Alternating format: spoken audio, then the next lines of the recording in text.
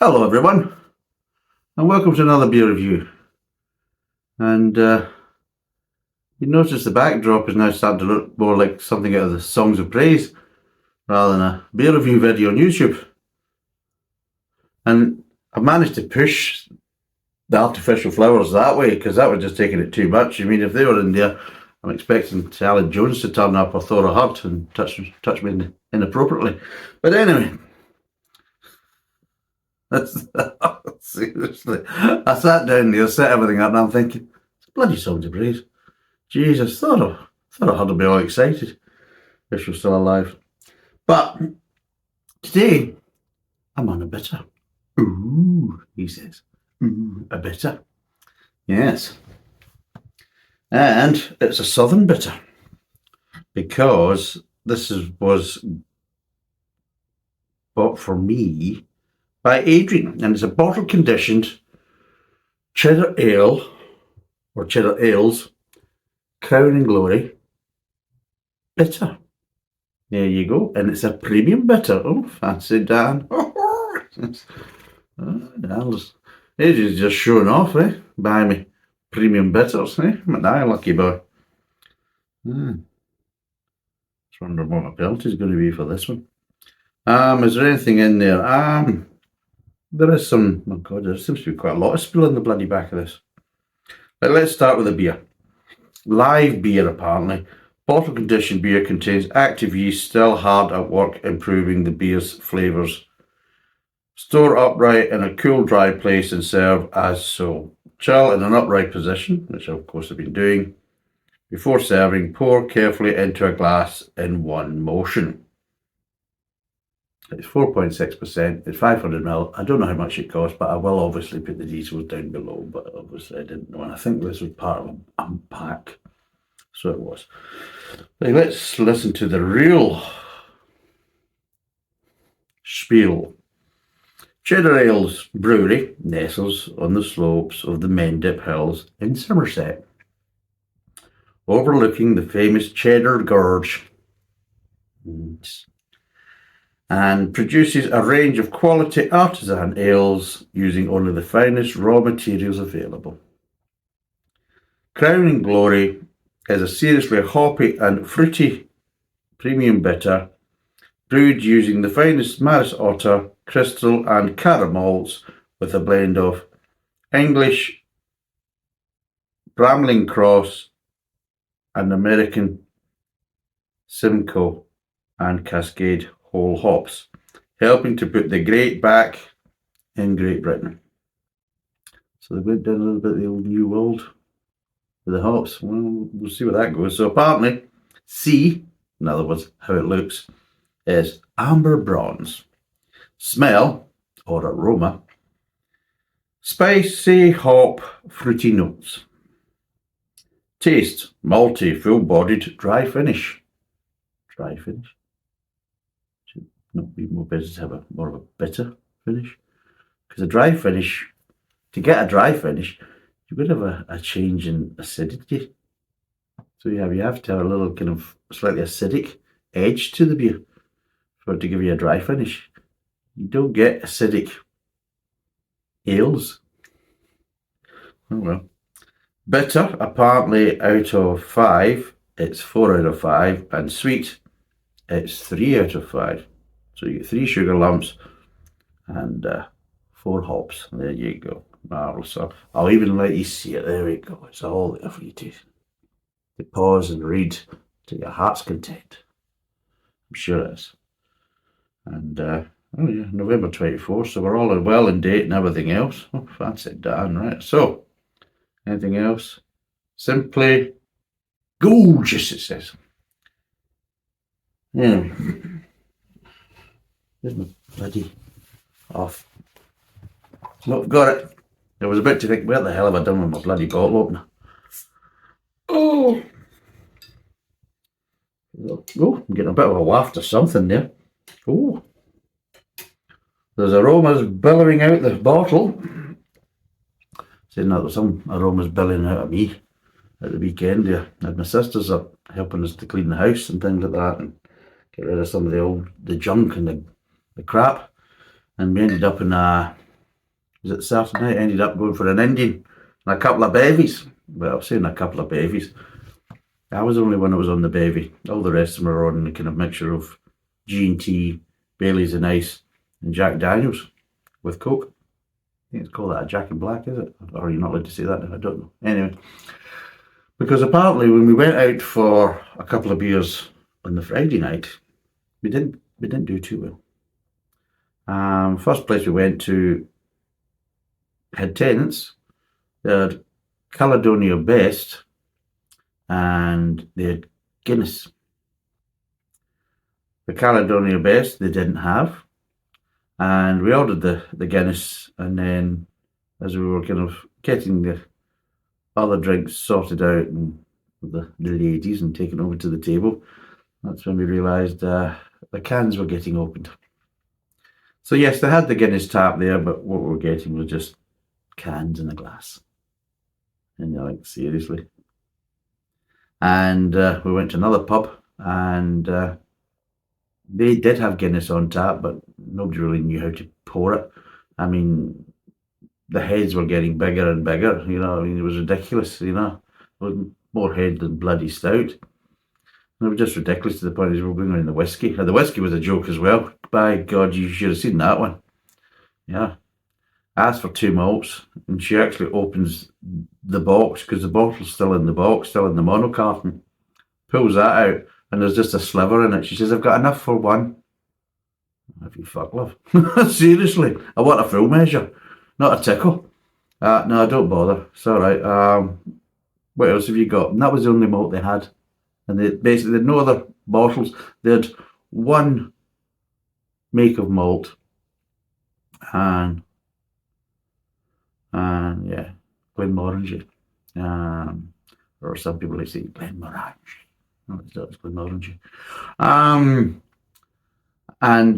Yeah, the bottle was empty basically, and that's all they had in the malt front. You know, this is in Scotland, by the way. You know, so we ended up going on the monkey shoulder, which is all right and that type of stuff. But I didn't want to ask them for water in case they fucked that one up. I mean, seriously. But we went to a more traditional pub, a bit more of a raw pub on the Saturday night, and I was in the heavy, and I was in the tartan special. It wasn't actually too bad. It wasn't actually too bad. Quite lively, pouring quite well. And it's quite hard to get tartan special now, because I think it's made by, is it Wells and Young? Wells and Younger now, I think they do it, isn't it? And I don't know if they actually still make it in Edinburgh or not, I don't know. But anyway, it wasn't too bad. And I quite enjoyed it, but I think the guy that was on the Guinness with us the night before, John, he basically decided to, no, bugger this. I'm going to go with the Jack Daniels and Coke. So anyway, now that I've told you all that and nobody gives a shit and you're thinking, what the hell's he? Just pour the bloody beer. I know. I'm annoying shit. But anyway, let's pour this beer and see what we get. But yeah, it's just dreadful. I mean, when I was a young man, when I was a teenager, I used to go out drinking in the pubs in my hometown. And the thing was, you could drink 24/7, basically. You get away with drinking 24/7, that's not too bad. In my hometown, because you had some of the hotels and bars opening up early to cover for the fishermen in the morning, and you could always get a lock-in with the police when they were finishing their shift as well with some of the hotels and things like that. Plus you could get lock-ins everywhere else, but yeah. So for people in the podcast, it's, well, it is kind of a cloudy kind of amber. I wouldn't say bronze because it's not as dark as bronze, but it is an amber ale. It's slightly opaque. It's not crystal clear. You can see the outline of your fingers in the shadows, but you can't see any detail whatsoever. You can't see the nail, you know, and things like that if you hold them up. So yes, there is some stuff floating about in it. So there is. So yes, there is some stuff. So I'm going to maybe let this settle, because that was not so bad, but there is some sediment still floating about, so we'll give that a wee minute.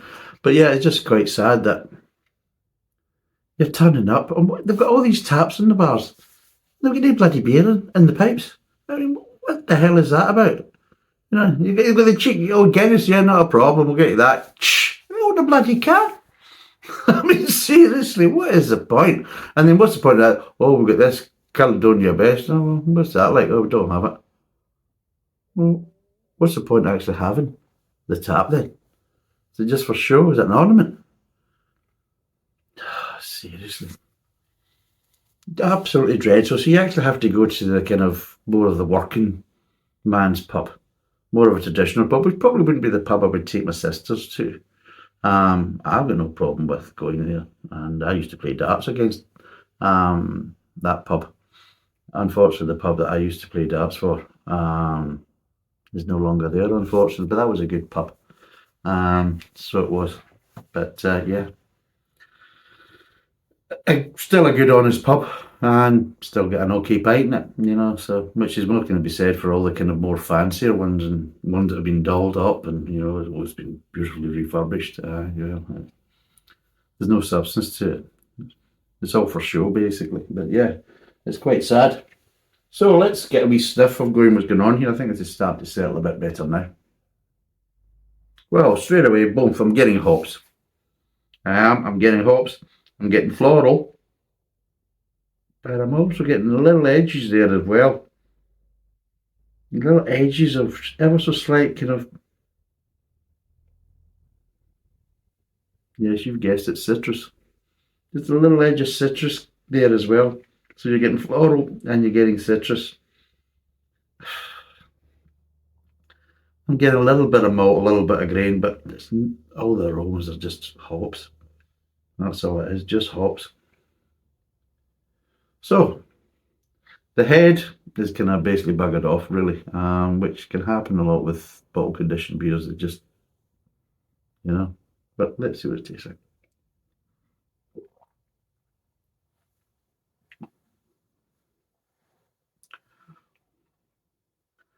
Ah,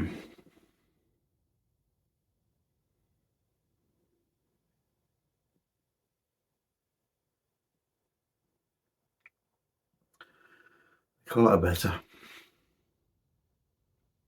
I'm getting more sourness in the back of the throat rather than a bitterness in the roof of the mouth.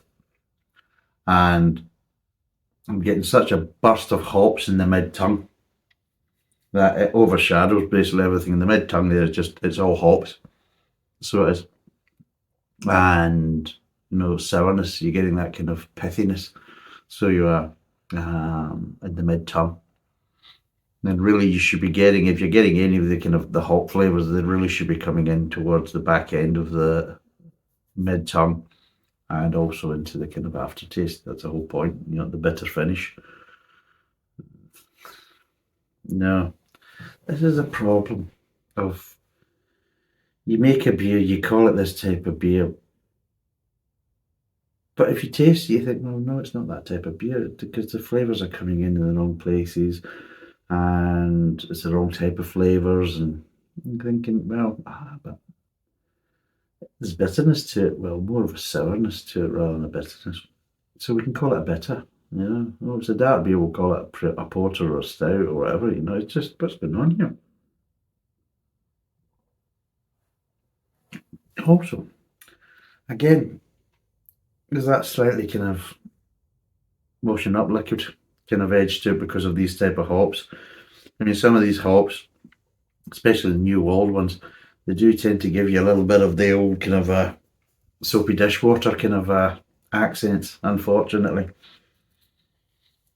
And I expected this, hopefully, I was actually hoping for this not to be quite so carbonated. There's a little bit, I would say it's a little bit more carbonated. I would want this beer to be more slightly on the flatter side, actually. You know, I think it would have went better, especially like that. But no, it's like IPA meets amber ale. Really, that's what it kind of looks like, and tastes like, and smells like.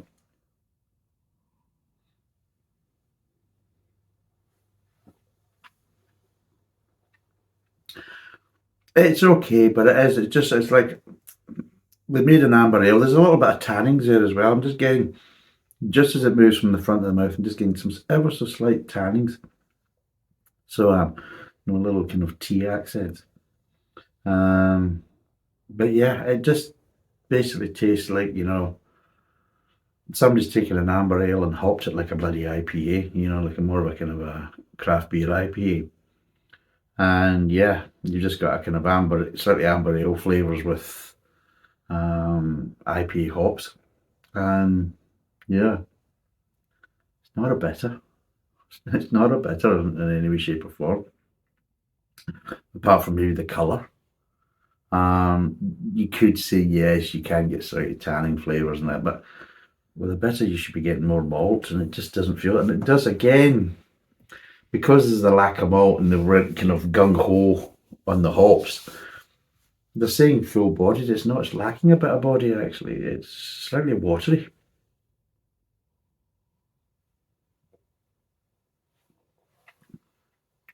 And yeah, it's just a kind of slightly kind of mix and match kind of beer that for me just doesn't really deliver. It's not a bitter. And what flavour profiles it does have and how they're being delivered is a slightly bit of a kind of a mucky mess, as we say.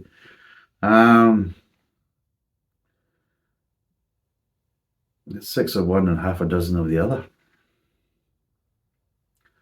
Right, let's break down these flavours and give it a score. Right, start off with you're getting very light malt, a lot lighter malt than you really should be getting. To the point as you're steaming, even in the front of the mouth, you're getting little accents of kind of like, soapy dishwater in amongst the grain and the malt. The sweetness, well, there's a bit of sweetness there, but not much. But it seems to kind of work with the malt because there's not really much of a malt flavour there either. A little bit of grain, but the malt and the grain flavours are so light in the front of the mouth that you are starting to get kind of a little bit of